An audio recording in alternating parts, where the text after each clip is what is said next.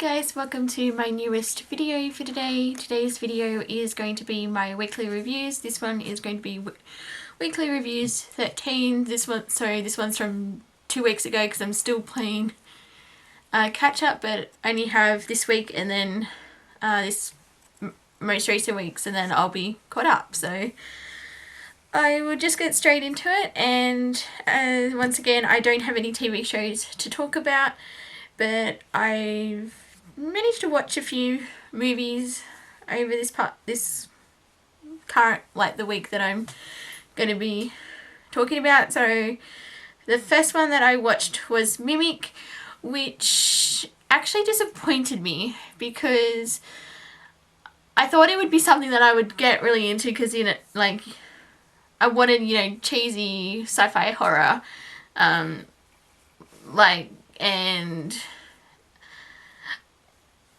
I don't know, it just felt flat. It wasn't what I thought it would be at all, and it was even more disappointing because this is by Guillermo del Toro, and I've enjoyed all of his other works, and this one's the first one that I didn't connect with at all, and yeah.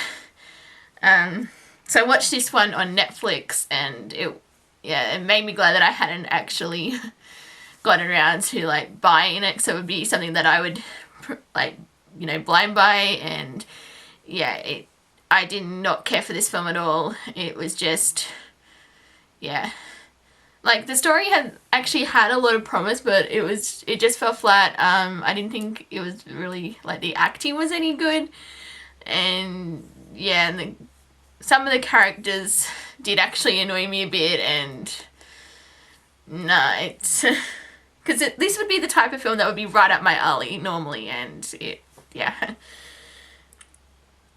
so I'm gonna give Mimic a 4.5 out of 10.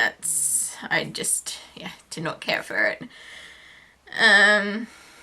Then I watched Attack of the Clones as part of my Star Wars rewatch, and I sort of have mixed feelings on this one, because when I first watched it, back when I saw it in the cinema, I really enjoyed it, and at the time it was, obviously, out of the, I guess the 2 prequels that had come out, I loved it and enjoyed it more than The Phantom Menace. And now that, each time I rewatch it, I'm kind of thinking that I actually, if I was ranking them just out of Phantom Menace and Attack of the Clones, I would rank Phantom Menace higher than, Attack of the Clones. Because it's sort of I actually, enjoy, I know with all the, all the shit that gets piled on the prequels, but, I do think I actually now prefer Phantom Menace to, as Attack of the Clones, because my favourite out of the prequels is Revenge of the Sith, which I'll get to when I rewatch it, probably this coming week. But, I don't know, it's just sort of it's a lot of, I love the battles in Attack of the Clones, it's a lot of, and also, Obi-Wan and Jango Fett, I loved that whole scene. And also the Yoda and Count Dooku fight, that is just epic. And I don't know, it's just sort of, I think it loses its charm each time I rewatch it, because I'm sort of reminded that, this isn't actually a very good film. And I think a lot of that is to do with the dialogue, because, as you rewatch it, you sort of notice just how bad the dialogue is, because I think back when I first saw it, I was, not paying attention to, what was actually being said, and then it's now, and as more and more people have pointed out that, the script is atrocious, and I'm okay, it is, and I think part of that is also with, no, I'm sure it's not entirely his fault with, but with Hayden Christensen's portrayal of Anakin, just some of it is, I don't know what it is, I mean, he's not completely horrible in this, but And I think a lot of it is to do with how his character was directed, but yeah, it's because you sort of like, because this is, you know, the start of his descent into the dark side, but I just don't think, I don't know, I just,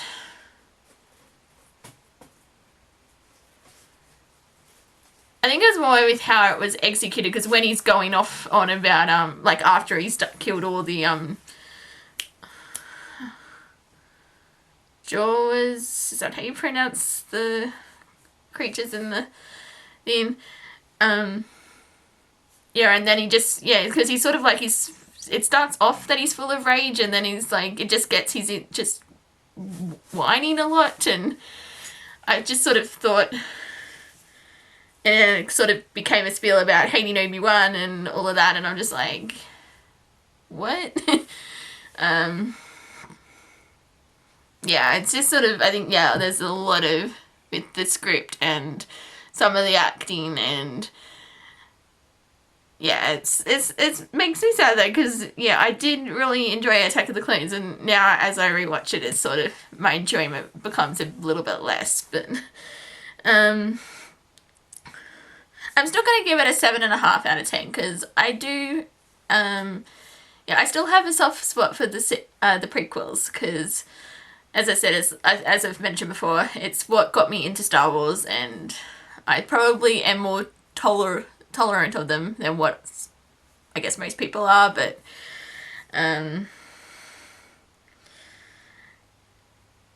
yeah, I'm just gonna stop it there, because I'm that, and then I rewatched Catching Fire as part of my rewatch of the Hunger Games films, because I think I mentioned when I rewatched the first Hunger Games movie that last year I forgot to rewatch them, so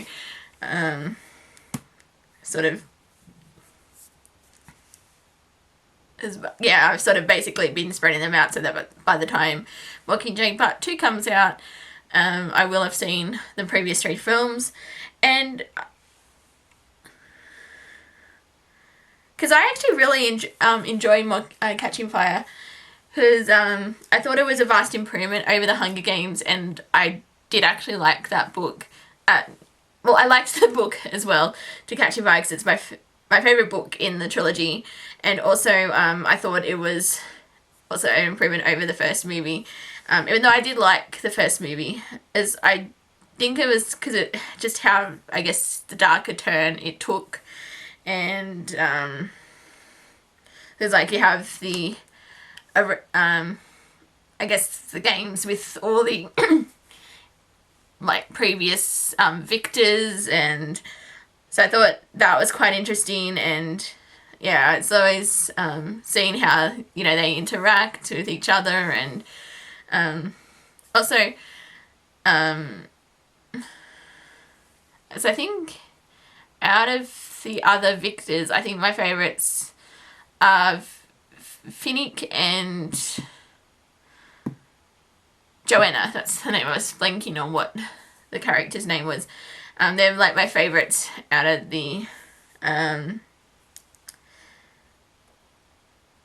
like, I guess, supporting cast, but yeah, it's sort of, with Catching Fire, like, you really feel that the stakes have been raised, and it's yeah, you can sort of see, like, I guess, the fractions beginning to appear, and yeah, I sort of, yeah, I really did like seeing how it's like, you know, the districts are starting to rebel, and by the time, and with the capital like trying to, you know, stop, I guess, yeah, basically stop the districts from getting out of control, and the tactics that they use, and at the same time trying to discredit Katniss, and yeah, I think the politics in this one is very interesting, and yeah, I just, yeah, felt Catching Fire was a very good like sequel, and I'm gonna give it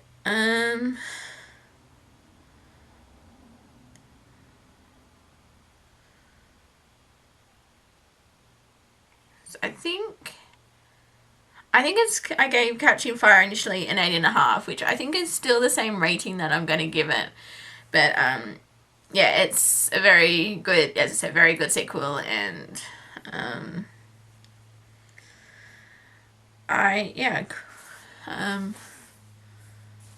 thought it was very well done film, and that's all I can really say about it, really. Then I rewatched Sweeney Todd, the film from 2007 with Johnny Depp and Helena Bonham Carter. I love Sweeney Todd, and I usually watch this now as part of, like, you know, watching horror movies over October. I mean, it's not really scary or anything, but I just love it. It's, I just love the gothic nature of the film, and it's, very, like, dark, and, it seems like a really type of movie / musical to enjoy, just given the nature of what the film's about. But I've always loved it, and it's, each time I rewatch it I love it. And it also amuses me because you have Alan Rickman as the Judge Turpin, I think that's his character's name, and then you also have Timothy Spall, I think that's the actor's name. He played Wormtail in Harry Potter, so you've got, like, Snape and Wormtail in, like, because he plays Beetle, and yeah, it's very interesting. Well, it still amuses me, even, like, you know, all these years later. But I love Sweeney Todd, and I think my favourite song is probably A Little Priest. I'm pretty sure that's the name of the song. I should know this. But yeah, it's like a really quite a dark song, but it's just got a really good tune, and I've always found it, like every version that I've listened to I've loved. So, and the film version is no exception to that. But yeah, Sweeney Todd is just great, and I'm going to give it a, I think, 9.5 out of 10. It's, I love it that much. So then I rewatched The Incredible Hulk, which part of my Marvel rewatch, or like MCU rewatch, and I know this one's isn't as, I guess, well liked as some of the other ones, but you know, it grows on me each time I watch it. And I did think Ed Norton, that's the guy who plays Bruce Banner in this one, I really did like his Hulk. And I mean, don't get me wrong, I love Mark Ruffalo as Bruce Banner, but I do like Ed Norton in this film, and he's it's interesting. It's I do want to see actually another standalone Hulk film, because I'm curious to see how they would do it, but I don't think there's any plans.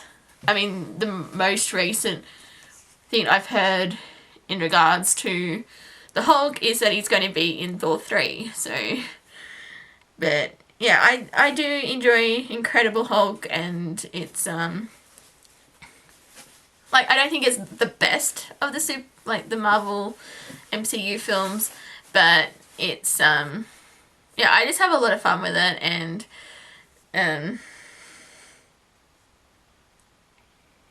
just, I think one of my favorite moments is quite early on in the film, and they're going in Spanish. He's trying to say, "You don't want to make me angry," and it comes out, "You don't want to make me hungry." That line still I get a kick out of. But I'm gonna give The Incredible Hulk a 7.5 out of 10, because I do quite enjoy it. Then I rewatched Moonraker as part of my James Bond marathon, rewatch, which I'm rewatching a lot of franchises. Moonraker is an interesting film because you sort of watch it and then it's because I never know what to think about it, because I think on the whole I do like it, but it's just, I think it's got one of the more far-fetched plots, which, considering the Roger Moore era as a whole, that's saying something. But yeah, I think this one is one of the more out there Bond films, and when I was rewatching it, I got to the last probably half an hour and I'm like, what? Because I forgot about the whole space battle that takes place, and I'm like, okay, this film was definitely inspired by Star Wars. Just, which I suppose it came out a couple of years after the first Star Wars film. And yeah, you could tell that it was inspired by it, but, you know, it's a lot of fun, and yeah, it's like completely over the top and that, but it's, yeah, still fun, and I still like it. Not a favourite, but it's probably still a 7.5 out of 10. But I think one of my favourite lines in this comes right at the end when, you know, they're doing the whole, oh, let's talk to Bond, and, you know, we're going to congratulate him on his mission and all of this, and he's, you know, by that time he's off seducing his like female companion for the film, and that's just the scene when they're like watching it and then they see it appear on the screen, and I think Q, no, it was M, he was like, what are the bloody lasers is he doing? And then Q replies, it looks like re-entry. Just the delivery of that line, it's sort of one of my favourite, I guess, last, I don't know what you call those type of the end scene, I guess, but yeah, Moonraker is definitely a different kind of film, but okay. And then I watched The Evil Dead 2, which was a first time viewing for me, and people were not kidding when they said how over the top this film is, because I was watching it and I'm like, yeah, they're not, when people talk about this film, they're not kidding. But it's a lot of fun. It's, yeah, so over the top and out there, and just the acting in the film, which, yeah, it's actually, but it is, like, quite entertaining, and yeah, it's a bit, I know I enjoyed it, but I sort of really can't describe my thoughts in words as to why I enjoyed it. I think I just sort of popped it on and I was like, oh yeah, this is entertaining, and I think I definitely did enjoy it more than the first one. So, which, as I mentioned in the previous one, like, I liked The Evil Dead, the first one, more on a rewatch. But so I imagine as I rewatch this film, it will, like, grow on me. But yeah, I already enjoyed it. So, yeah, they're just, like, really weird films. But I did like this, and I'm going to give it an 8 out of 10, Evil Dead 2. Then I watched a documentary, and this was Glen Campbell, I'll Be Me. I haven't really listened to much of Glen Campbell's music, but the main reason that I wanted to watch this was because it had one of the songs in it was nominated for Best Original Song, and I'm slowly making my way through the Oscar categories of, like, this year's Oscars, and this documentary was actually on Netflix, so I thought I'm gonna watch this and see what it's like. And yeah, it was actually quite an interesting documentary, because when they started playing, like, the types of songs that he is known for, I was like, actually like, oh yeah, I think I've actually heard these songs.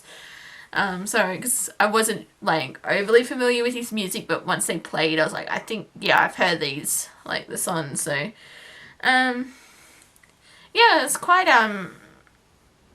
interesting, just sort of, like, learning about, like, I guess Glen Campbell and his family, and then also his battle with Alzheimer's, just sort of seeing that, like, the reason why they were going on this tour, and, like, because the last hurrah type thing before it got to the point where he couldn't actually perform.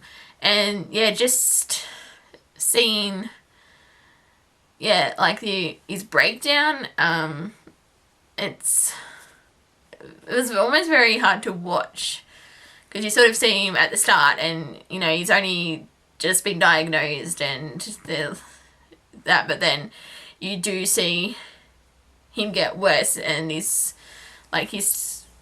trying to still do everything that he's like previously done, and yeah, it was,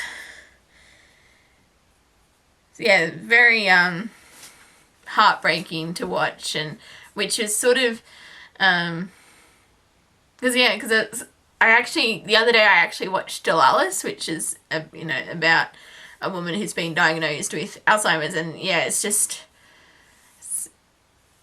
it's a very heartbreaking condition, and I'm just like, even watching the two, like, I mean, I know one's like real life, but just seeing what people who suffer with the condition go through, I'm just like, I never want that to happen to me. I don't want to get to the point and be like, you know, that I don't remember, like, anything that, like, yeah, just, you know, forgetting people's names and not recognizing loved ones. I'm just like, don't ever want to go through that. But going back to the documentary, it was very well done, very interesting. I'm going to give it an 8.5 out of 10, I thought.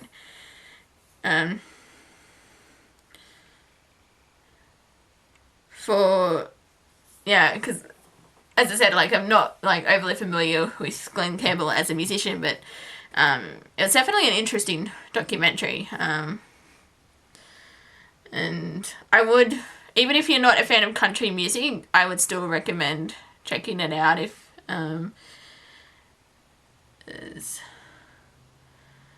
so that was the main lot of movies that I watched that week. And then I saw 3 movies at the cinema. The first one that I watched was Crimson Peak by Guillermo del Toro, which after watching Mimic, I was a bit hesitant, because I was like, that was my first real dud experience with del Toro's work. And I'm just like, oh god, what if Crimson Peak is horrible? But my fears were unnecessary, I guess, because I know this film has gotten a lot of mixed reviews, but I, for one, loved Crimson Peak. I loved the gothic atmosphere. I thought it was a very interesting approach to it, because it was sort of like, we didn't really get an explanation as to why Mia, I can't pronounce her surname's character, why she was being haunted, just that she's, I guess, like, well, not so much haunted, but she's kept being visited by ghosts, and she's aware of their surroundings, and yeah, we don't really get an explanation as to why that happens, but it's, I thought it was a very interesting story, and, I mean, yeah, it's a bit predictable at times, but, I think the performances are what makes the film, and Tom Hiddleston and Jessica Chastain were phenomenal in their roles, and especially Jessica Chastain. She really she was terrific as the sister, and yeah, she was creepy, and just how intense her character was. And honestly, I wouldn't be surprised if she was to get nominated for a supporting actress role. I don't think it will happen, but if she got nominated, I wouldn't be surprised, because I really think her performance was the best, like, one of the best things about this film. But yeah, it's like, it was also a very visually stunning movie. The cinematography was excellent.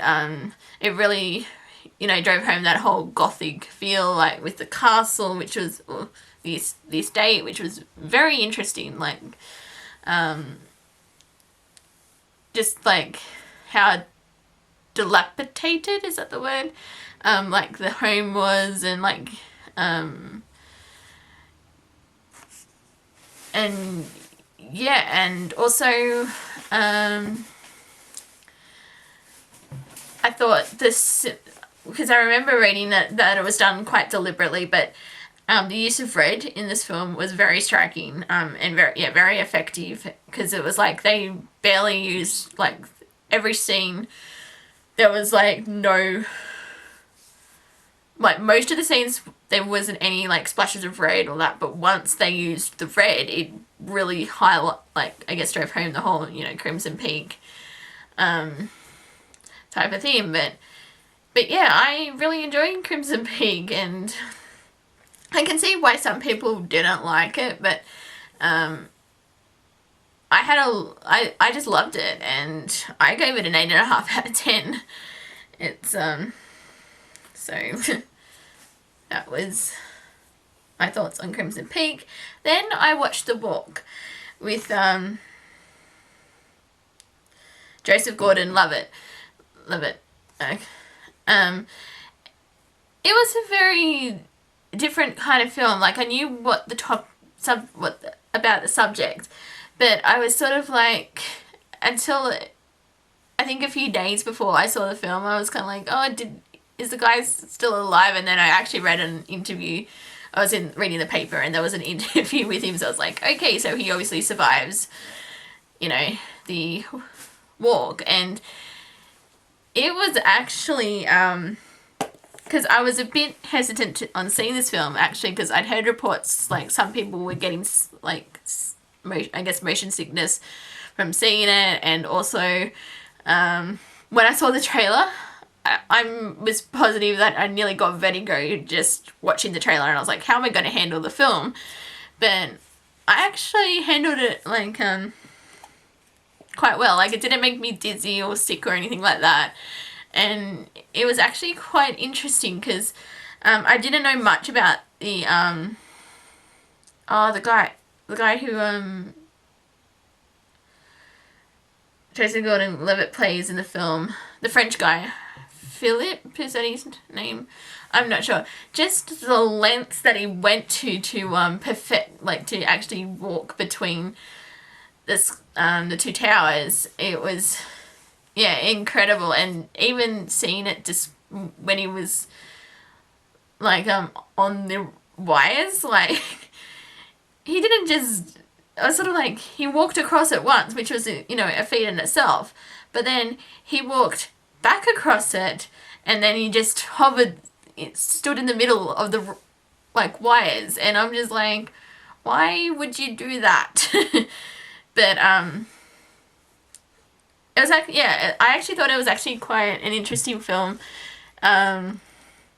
It was weird hearing Joseph Gordon-Levitt's talk with a French accent, because it kind of, I think that's what some people have been commenting on, because it does kind of take you out of the film, just the way they tell the story. Like, they're sort of, you know, it's like done in flashbacks and that, which yeah, it's quite interesting. And I liked, but I also liked how they told the story of him meeting his I guess accomplices, and, like, as he called his crew, and yeah, just how they went about actually pulling off the, you know, the walk. And yeah, it was a very entertaining movie, I thought. And but the ending, like, after, like, did the walk, like, with the tribute to the Twin Towers, that was very moving. Like, it was very subtle, but it really was, yeah, very poignant. Like, just how, like, they handled the topic, like, obviously with what happened. And yeah, I thought that was a very touching tribute. And but overall, I thought the walk was done very well, and I'm going to give it an 8 out of 10. Then the last film that I saw that week was Legend with Tom Hardy. And I wasn't too sure what to expect really from this because I didn't know much about the Cray twins. Like, I didn't know the role that they played in, I guess, the London underground, would it be underground? Like what, how they were gangsters and that. And yeah, it was a very interesting film, and Tom Hardy definitely carried the role. It was interesting seeing him play both characters, and just seeing how different like they both were, and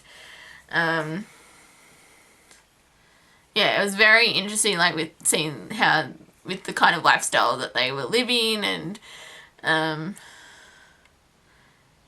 and then it got, you know, to the point as they made their I guess road to fame, like, or notoriety, I guess probably then, and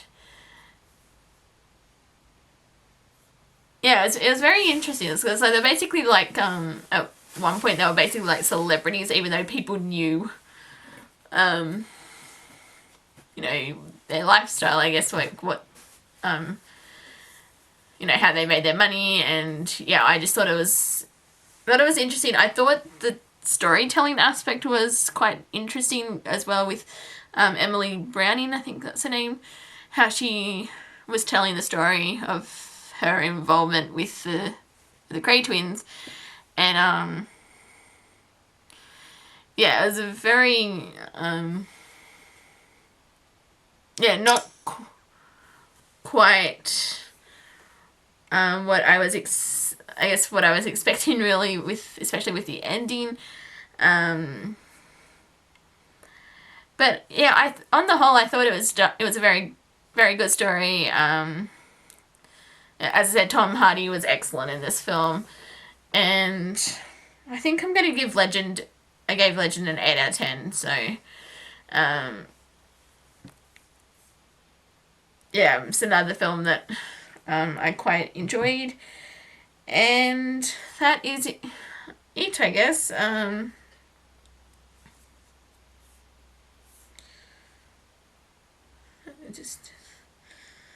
So I'm going to stop it here. Thank you guys for watching, and until my next video, I will see you guys next time. Bye!